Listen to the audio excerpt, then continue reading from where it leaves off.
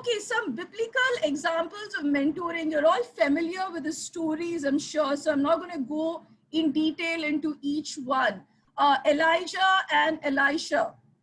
Typically, Elijah was the mentor, right? And he was sort of mentoring and grooming Elisha to take his place after he's gone. Then Moses and Joshua. Joshua was being groomed and mentored by Moses to lead the people of Israel and to be their leader once he was gone in the promised land. Mordecai and Esther, right? Esther's uncle Mordecai was grooming her, mentoring her, teaching her on how she should behave and what she should do to become queen. Naomi and Ruth, where Naomi was mentoring Ruth and she was advising her on how to get married, basically how to get Boaz. Jesus and his disciples, another amazing example of mentoring in the Bible. And Jesus, of course, his knowledge, we're talking not about his divine nature, but his human nature. Even in his human nature, his knowledge was much more advanced. He was filled with the Holy Spirit, and he was mentoring his disciples, telling them everything that they know. So whatever we have today, the eyewitness accounts from the disciples, right? Whatever they have written in the word, we believe that they received it from the Lord himself. That is the tradition of the church, right? That the disciples received it from the Lord, and that was passed on to the early church fathers, and that has come to us through the canon of the Bible. So that's an excellent example, really, Jesus and his disciples of mentoring. Again, if you remember how much social capital was being exchanged, Jesus thought of them as his friends, right? He loved them as his friends. He supported them. There's a lot of psychosocial support. He counseled them. And that was an excellent holistic example of mentoring Jesus and his disciples, right? So for mentoring in ministry circles, spiritual mentoring can be for various types of ministry work, right? Whether you want to be a pastor, a theologian. I myself, I speak to my cousin who is a pastor here, and he's a theologian and a pastor, and he's mentored me, told me on what subjects to choose. I'm planning to do my master's in theology. So he's mentored me a lot on what subjects to choose, what courses to take, what books to read, right? So we can have spiritual mentors for various types of ministry work. New Christians who come into the church require a great deal of mentoring. It's why it's always said that if you tell somebody about the Lord, the person decides that he wants to try it out and he wants to come into the church, then you don't just tell somebody and then just leave him as an orphan. You need to continue to hold his hand and mentor him at least for some time till he's more confident with the faith, till he has a more established relationship with the Lord. Of course, our Lord himself mentors us, the Holy Spirit mentors us all the time. But oftentimes they would also need a more experienced Christian in the church to hold their hand and mentor them. So mentoring by church leaders is done for our spiritual growth and edification, whether it's the pastor or the leader of your church group, your small cottage prayer group, right? They mentor us for our own spiritual growth. Then you have mentoring of married couples, mentoring of youth. And as I told you already, the whole church can also function as a group mentoring mechanism, right? Okay, so what are the traits of the ideal mentor and the ideal mentee? You don't always get this in real world settings, but ideally a mentor and a mentee should be like this, that a mentor should be open-minded. That's extremely important. When I say open-minded, meaning non-judgmental, and doing your best not to bring in your stereotypes and your biases into the mentoring partnership. Not easy, right? We all have our stereotypes, we all have our biases. In the ministry setting, we all come from different church traditions. We might have the same doctrines. All the core Christian doctrines are the same in the different churches, but we might come from different church traditions. One church might say that infant baptism is the way to go. One might say that adult baptism has to be done, whatever it is, right? So it's important to keep an open mind and not be judgmental, and to not force your views on your mentee. And the mentor should be an active listener, as I already said, listening actively, asking questions, really being there in the moment when the mentee is talking, right? So physically, you need to be present in the moment, and you should be open to learning as well. So mentoring is not a one-way street. I've already said this. There has to be reciprocity, right? So the mentor should be open to learning from the mentee. Only then will it truly be a partnership, right? And the mentor should be empathetic, putting himself in the shoes of the protege to try to really see the world through his eyes. You should be passionate about mentoring. Mentoring requires a certain amount of passion, and I appreciate that maybe not everybody might want to do it, okay? But let's keep in mind also that we are called to be more Christ-like, that we are called to be like Christ in this world and be the light of the world.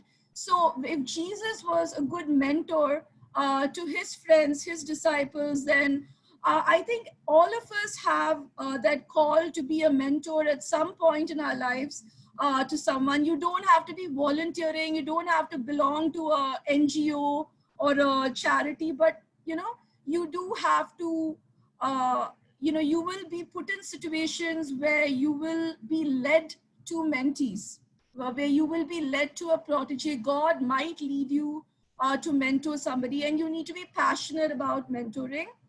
Collaborative. Why I say collaborative is because the mentor and the mentee together should be able to set goals for their mentoring partnership. We're going to talk about that in a little while. The mentee, on the other hand, has to be open-minded about change, right? They should acknowledge that they need the mentor, and that they need to gain the knowledge from the mentor. I've already mentioned this. Unless the mentee acknowledges that he has a need, the mentoring partnership is not going to work, right? Unless he acknowledges that he needs somebody to guide him, it's not going to work. You cannot force mentoring on anybody. So the protege should be open to positive criticism. He should be passionate about learning, passionate about improving himself, and again, collaborative, so that they can work on goals together. I hope you can all hear me. I can't see any of your faces. I trust that I'm audible. Yes? Yes, Yes, Dr. Vivin, you Yeah, can all hear me clearly? Okay, yeah, and you can see the screen. yeah, Okay. perfectly. All Great. right, thank you. Okay, so going on to the negative effects of mentoring. As with any relationship, you can have abuse and tyranny in a mentoring partnership as well. And although I told you that there does not have to be a hierarchical difference in a mentoring partnership, oftentimes there is, right? Even in the church ministry settings, you're often mentored by a pastor, you're mentored by a deacon, you're mentored by a church leader, right? So there is a hierarchical difference most of the time in real world settings, and that person can have authority over you. Like we believe as a Christian that we are under the authority of the church, and that the church leaders have been designated by God over us, right? So in such a relationship, when there is mentoring, there could be controlling and dominant behavior, right? As with anywhere else in the world, we can find narcissists, and we can find controlling people in any setting, even in the church setting, right? So it's important to be aware of that. And if you feel uncomfortable in a mentoring relationship, you should end it. You should end it and seek help, right? You can also have other negative effects like being neglected, right? The mentor doesn't really care about the mentee. He's neglectful, he's deceptive. Sometimes people give wrong doctrines, erroneous doctrines. I've heard of cases where pastors tend to sort of convince people to do things that they don't want to do, or they convince them to stick on with their church. They don't want them to go to any other church, right? So these sort of deceptive and wrong doctrines can be there in a mentoring partnership, even in the ministry setting, right? So it's important first for a person to be grounded in God and to be grounded in the Word of God before seeking any sort of a mentor, right? Now, in the Christian spiritual sense, when we talk about a mentor and a protege, it's very different from how it is spoken about in other worldviews. You have the mentoring concept in other worldviews as well, like in the Eastern faiths, you have the concept of a guru, right? A guru who will come and guide you and lead you towards enlightenment. That is what most Eastern faiths believe, that when a disciple or a person is ready, a guru will appear to guide them. Sort of the universe gives you a guru who is a more enlightened person than you, who will guide you towards enlightenment. But that's a little very different really from mentoring in the Christian point of view. Here in the Christian point of view, we have our shared beliefs, our shared identity and norms in the beginning itself, right? The mentor and mentee will both believe in the core doctrines of the church. They'll both believe in the Trinity. They will acknowledge that Jesus is God, that he died for them, and he rose up for them, and all of that. All those core norms and shared beliefs should already be there, right? The mentor is not really guiding the person towards enlightenment, right? Of course, if you're working with somebody who's thinking about adopting the Christian faith, that might be there, but otherwise it's more of teaching or guiding the person more through your experiences to become closer to God and develop a closer relationship with Christ. So mentoring in the Christian worldview is a little different from the guru shishya, guru disciple paradigm in the other Eastern religions mentoring, right? Mentoring, other negative effects could be incompetence, when the person who is mentoring you doesn't know what he's talking about. And another really serious thing, of course, is sexual harassment. Let's keep in mind that in a mentoring partnership, the power distribution may not be equal. Although we say that doesn't have to be hierarchical differences, the mentor oftentimes might be somebody who has more authority over you. So the power difference would be unequal in that case. So you could be vulnerable to sexual harassment and other negative forms of abuse. I've heard of instances where sexual grooming goes on in mentoring relationships, and then the person is subject to things that they are not comfortable with. So always when there is mentoring going on between two people of the opposite sex, right, it's always better to have one person watching over the mentoring partnership. We'll talk a little bit more on that, about a mentoring coach. Every mentor should ideally have somebody watching over the mentoring partnership. A mentor needs to be mentored too, right? So when that happens, there is accountability.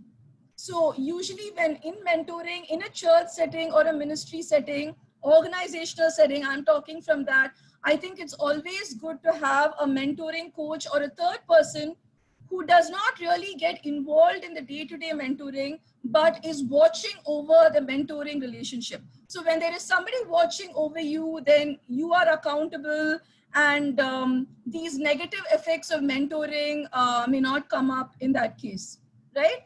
Okay, so getting on with the process of mentoring, right? So for mentoring, first, there has to be a match between the mentor and the mentee.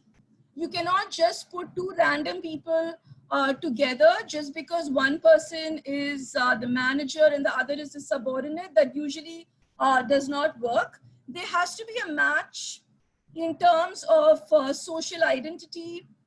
There should be a match in terms of wavelength. They should be able to be friendly with each other. They should be able to like each other.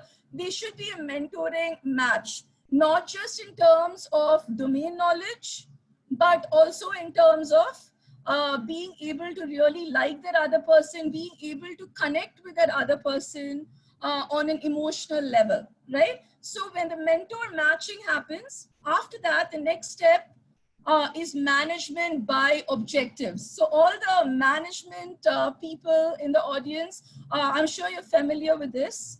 Management by objectives was a concept espoused by Peter Drucker. Peter Drucker is a great management thinker. He's passed on now, but he spoke a lot on decentralization, outsourcing, other management concepts very early, before they became apparent to the rest of us. So he's a futurist, a major management guru. So he came up with this concept of management by objectives. What this says is that the mentor and the mentee, this he really talked about motivating employees in the organization perspective, but we can apply it here as well. So for management by objectives, we believe that the mentor and the mentee should work on setting up goals together.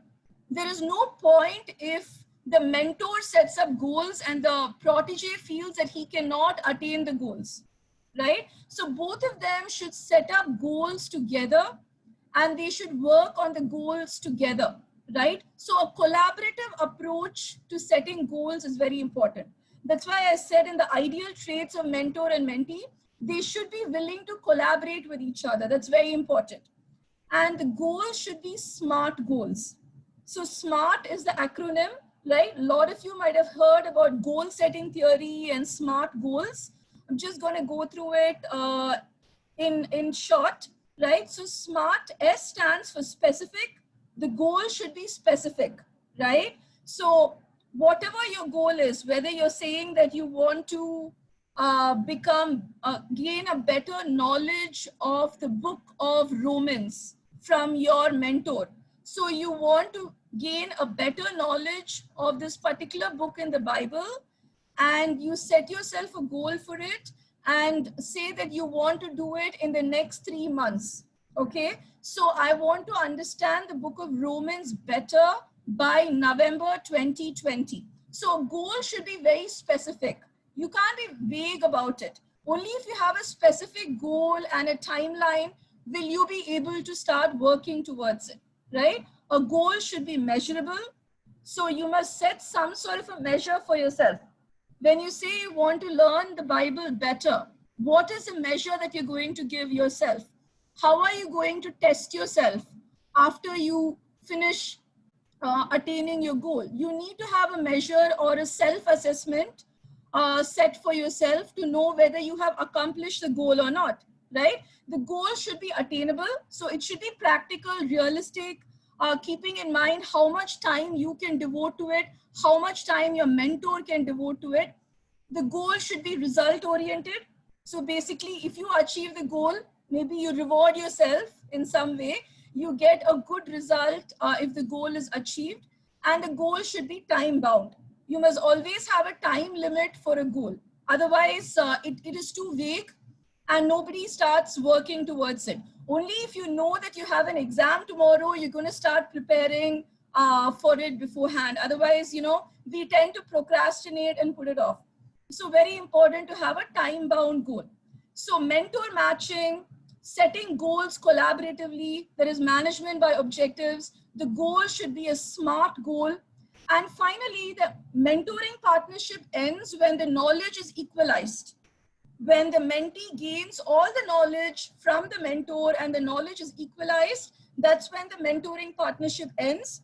But the social partnership can continue, right? Oftentimes mentors are encouraged to call up your mentee once in a while, just talk to them, check on them. The social capital exchange can continue. So I have a GROW model over here. I'm not going to get too much into the details of it because I'm sharing the slides with you. This is one of the models that we use for mentoring. Very simple to understand, right? When you initially work with your mentee, you set up goals, as I said. So G stands for setting up goals. R stands for the situation that you are in right now. Whatever problem that they are facing right now, that is your R, the reality in which they are in at the moment. the options that you are going to offer your mentee to grow out of this problem. And finally, the will, or what is the way forward? What is the action plan? Now, I've put the questions that we commonly ask mentees when we are starting the relationship, the mentoring partnership. We sit with the mentee and we usually go through this GROW model. We ask them these questions, we ask them to fill it out for us so that we can really understand what they are looking to gain from the mentoring relationship, what their current situation is, right? What are the options in this case, and how they can move forward. What is the action plan? So the questions are pretty self-explanatory. I'm not going to go through it now for lack of time.